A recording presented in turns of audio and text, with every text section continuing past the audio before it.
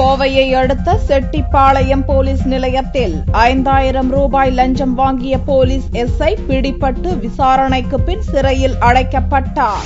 போத்தனூரை அடுத்த செட்டிப்பாளையம் போலீஸ் நிலையத்தில் எஸ்ஐயாக இருப்பவர் பாலகிருஷ்ணன். கடந்த 3ஆம் தேதி இப்பகுதியில் மினி லாரி ஒன்று டாரஸ் லாரியுடன் மோதியது.